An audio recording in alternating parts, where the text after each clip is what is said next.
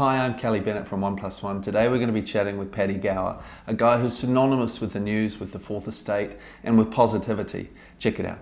You've spent your life inside newsrooms, a place I'm sure you've taken a lot of comfort from through the years and a lot of encouragement. That's where the story gets incubated and told. How are you finding the professional pivot required to move from a newsroom environment? Obviously you're still connected through stuff, but into a different place where you do your work. How does that feel? You know, there was, in terms of journalism in New Zealand and in my career, there was what I can only really describe as a nuclear moment in terms of the blowing up of Newshub. And it's not just Newshub, we're seeing it everywhere, as everybody knows. This story is well known. Yep, things are tough, but I'm positive about the future of it, and there's a reason for that. Despite all of the change that we've got going on and the economy and stuff that's happening with social media, and all of these things are out of our control, there are still huge opportunities for content creation and for journalism. We have something in journalism, and PR is actually the same, by the way. Advertising is actually the same. All of these things that are kind of under threat all have the ability to connect. Human connection, and AI, no matter what it does, is not going to be able to do that, to connect with someone, and in my case extract a story from them. So I see a really good future for journalism. People will be like, is this guy crazy? I see a really good future for PR. I see a really good future for influencers, content creators, communicators, because of that human aspect to it. So for journalism at the moment, yes, there's been basically a nuclear explosion in the industry. There's a lot of us walking around, you know, shell-shocked. That's how I'd sort of feel. But like any sort of, you know, I'm sort of painting a bit of a movie scene here. Everyone who's left is going to group together and we're going to form something new over time. People will need it. People will crave for that connection. Journalists can offer that. And that's why I think we're going to be okay. I do think though it's going to be a rocky road still until we find some sort of new equilibrium. We would have started our careers at a similar stage, I think, in a similar time, maybe 20, 25 years ago. And your relationship with public relations as a discipline, no doubt, would have been incredibly different back then relative to how it is today. Talk to us a little bit about how that's changed through the years. Well, I started in journalism 25 years ago, and PR, in my mind, as a young, pretty dumb kind of guy, you know, PR was the enemy, really. I just really thought of them as people behind faceless government departments that would try and stop me from doing my stories. That was what I thought when I started. But of course you start to meet more of them, then you get friends in the industry, and you start to see another side, and your friends leave journalism for PR and all of that kind of thing. But even then it was still like journalism was here and PR was there, even though you know, I'd had these views that they were the enemy at first. I then realised, well, they're not really the enemy. They're actually my friends. They're quite helpful at times, but still we are separate. We are one side, PR is the other side. But then now, 25 years on, well, the world's changed, and actually there's something called content creation, and people who are creating content. You don't have to be a journalist to create content. There's been this huge kind of blurring in the middle. And actually, some journos are doing journalistic work, and then they're actually, because everybody's got to hustle a bit, they're doing PR work that doesn't affect their journalism one iota, by the way, because it's something way over here compared to their journalism that might be in this area. And things are really starting to kind of come together. And what we're finding with content creation is there's no rules around who can do it. You don't have to be working at the august New Zealand Herald to put out a story. A story is actually not something typed up and written anymore, by the way. It's on your Instagram. So the lines have blurred, and there's content creation, and we're all in that family. Journalism's one part of it, PR's one part of it, influencing's another part of it, and whatever comes along next is going to be a part of it well, and there's stuff all in between it. And the people that are going to do well in it, you know, whether you're in PR like 1+1 Communications or journalism like Paddy G, are the people who adapt. It's that simple. And of course, with all of those changes in newsrooms and what constitutes the news, brands are playing more in a content creator space, often with some of the journalists that have told those stories through the years who might not be there now. How are you opening yourself up now to the prospect of more brand collaborations now that you're out on your own? Yeah, I think, when you start off as a young journalist, you don't even think about advertising or who's paying the bills. I know I didn't, and you didn't have to 25 years ago.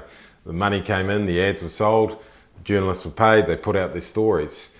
That's all changed, as we know. And you've now, if you don't want to work with brands, well, you might as well potentially forget about working in one way or another.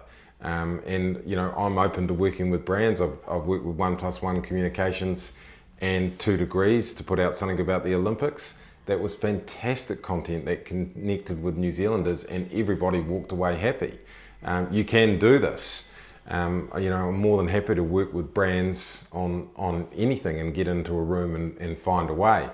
Where it gets tricky is, if you're off doing something controversial that the brand doesn't know about, or you can't keep them informed of every sort of thing you're doing or whatever. The other area is for the journalist to be attached to a brand and something controversial happens to the brand, or the journalist strays into an area where they've got a really active interest. So you've got those two tensions. Of course, I don't want to sell my soul to some sort of company that doesn't align with my values. But to use 2 Degrees as an example again, it fights for fair. That's what I do. So there's always ways to work with brands on community initiatives, sustainability initiatives. There's all sorts of areas where we can do that now, and we have to be open to that. The days of a company paying for an ad in Granny Herald, dropping off the money, saying you take it, take some profits, pay some journos, happy days, are long gone. Something that comes through in all of your comms on LinkedIn, wherever you show up, you're an incredibly positive Kiwi, a parochial New Zealander, and it's very obvious to me that you take seriously how the country is reflecting back to itself, its role, how it sees itself, etc. So Minister Goldsmith, we all know, released a paper recently for consultation, and it sketched out a vision for broadcasting in New Zealand. Some of it has already been critiqued, and early signs are that it's very positive. What's your personal thought on the document that the Minister has put out for consultation? Seeing more of ourselves on our screens, reading more about ourselves, listening to more about ourselves is really important. I think, it's an economic term, but there has obviously been market failure in broadcasting in New Zealand for a long time. We've had a state broadcaster, we've actually got 2 of them, and we've had state funding of media and content creation and television for a long time as well through New Zealand On Air. So we've had market failure there for a long time, and of course the film sector is the same. It's got the Film Commission. Basically, long story short, we've had it, it's there, we've still got it, it's getting worse. I'm the last person that wants taxpayer funding for anything, and it would be amazing if we could do it without it.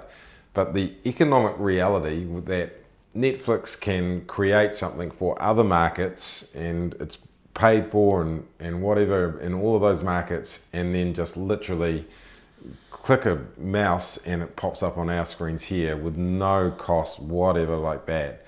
And then for us to make something anywhere near competitive, costs an absolute fortune. The only way we can do that at the moment is if the government comes in and helps fund it.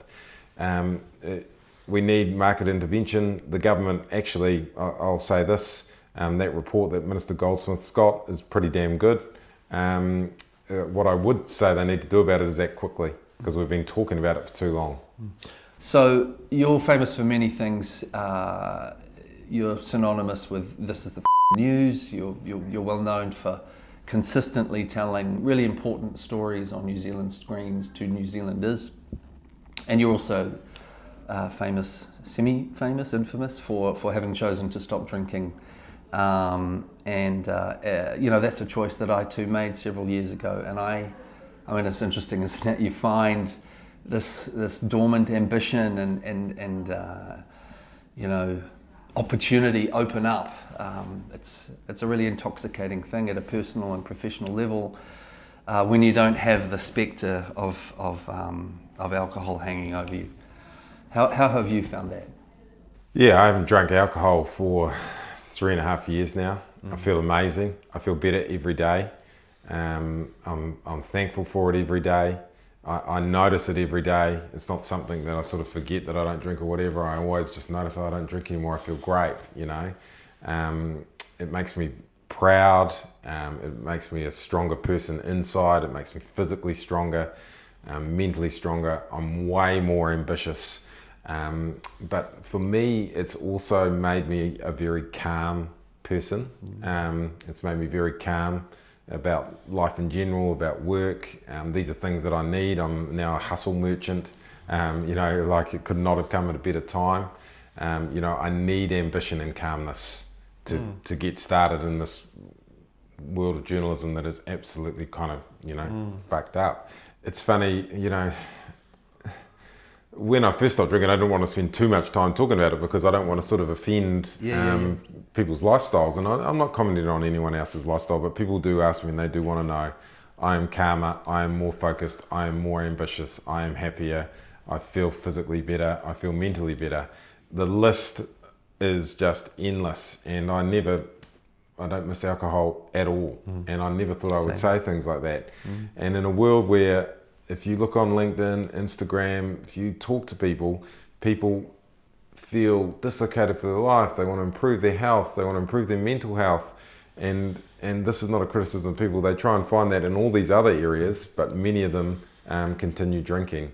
There's actually a really quick path to that for a lot of people, and that's through giving up the grog.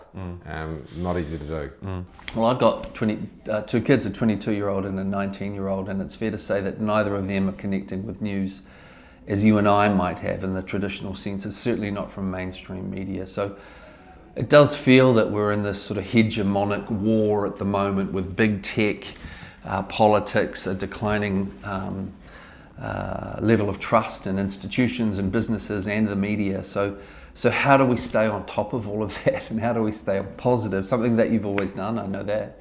How do we stay positive on that, given the empirical evidence which suggests that, you know, people are turning off the news and all's not well with the world? How do we push through that? I think a lot of people look at the world and think this is pretty and it makes them very, very anxious. Our use of social media makes us anxious. Climate change makes people anxious. Donald Trump makes people anxious. The New Zealand economy makes people anxious. And we've got this foreboding sense of dislocation. Doesn't matter whether you're a farmer up in Whangarei in Northland, or a freezing worker down in Invercargill, or a rich lawyer in Thorndon, Wellington. Everyone sort of feels there's a sense of dislocation around the country. And then we look at our kids and we're like, how are you ever going to figure out what's going on in the world, because you're glued to your phone all the time and you never watch the news, and we don't watch the news as a family, and we don't read the paper, and you know, how are people going to know anything that's happening? And it's very easy to get worried about all of this. But my honest answer is this: I do not think, and this is an existential answer to the global anxiety and change, there is an existential crisis, but that means there will be an existential solution. Humans are not going to put up with what we're doing to ourselves forever. You know, we're doing this to ourselves. Social media, communication, loneliness, anxiety, all of these things, we're doing it to ourselves. And humans will push back against it eventually. It won't happen overnight. It's going to be a big effort. But we are the ones that created all of this. We can stop it if we want. We can control it if we want. We can be different if we want. And people will do that for one simple reason, and it's connection. People crave human connection. At the moment, we are destroying it for ourselves, but one day we will come and take it back, and things will look different. I don't know how they're going to look, but it will come back. It will come back in some way, shape or form. It'll be different than what it is now and what we're used to, but we're not going to let social media, AI, destroying the world, certain leaders rule our lives forever and ever. We just won't. We're bigger than that. Paddy, thank you so much. This has been a really interesting chat. It's been illuminating, it's been insightful. I thank you for your time. Cheers.